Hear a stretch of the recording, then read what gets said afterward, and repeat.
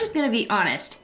Collars in BDSM and kink have so many different meanings. So if you're confused or want to find meaning for yourself and what it means to wear a collar for either yourself or somebody else, I've got you covered for this video, so stay tuned.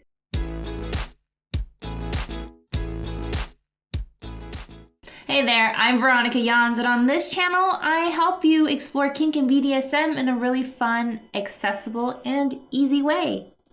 In general, wearing a collar signifies ownership in some way, whether it be a master-slave relationship or a dominance and submission relationship. You can even have like mommy or daddies and little boys and little girls, or whatever combinations you want to make for that.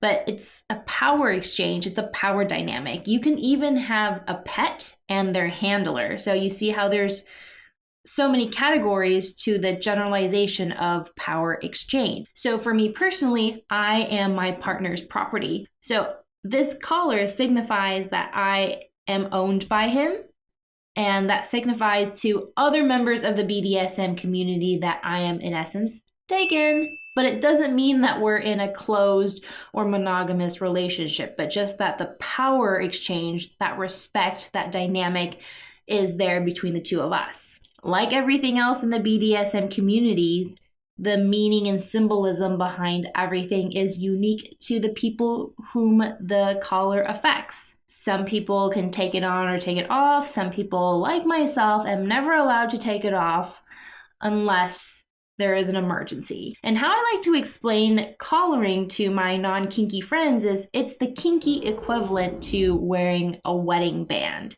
I just happen to wear it on my neck and I can't take it off. To my master and I, outside of the power dynamic, it symbolizes devotion, commitment, longevity. I'm not the type of person that's interested in getting collared and then taking it off for shits and giggles.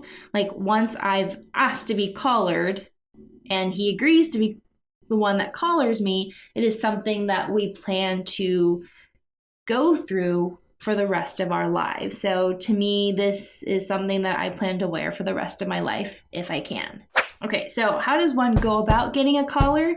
You can buy it, you can make it, or you can even get something else that symbolizes the aspect of ownership. So it can be a brand, it can be a tattoo, it can be bracelets or anklets or anything else like body jewelry that makes sense for the people involved. And not all collars have the same meaning. Like I said, everybody attributes their own meanings to collars. There could be play collars, there could be collars that you just enjoy wearing for fun. A lot of my friends enjoy wearing pet collars that you get at the pet store because it helps them get into the mind space of being a pet when they're in the kink community. And then this one is the hardest question that I get asked because it's so different. And it is, are collared people off limits?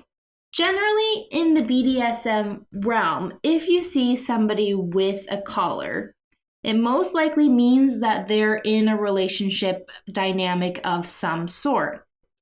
Now, does that mean that you can't approach them? No, because respect is such a huge thing in the kink and BDSM world. I would just, say hi, wave at them. And if they invite you to come speak with them, then by all means go chat with them. But just know that there is a meaning behind this collar.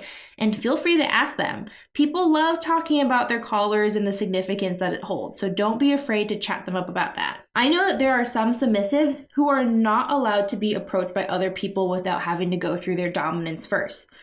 I am not that type of person. My master allows me to chat and converse with anybody that I like because he's not in the habit of micromanaging me. Thank God. Thank you, master. So the best thing that you can do if you see somebody that's collared but you're interested in them and want to chat with them or just even say hi, just be decent about it. Be a human being. Be someone that's respectful. Respect their boundaries. Say hi. Use common sense. And if they reciprocate, then it's an invitation to continue.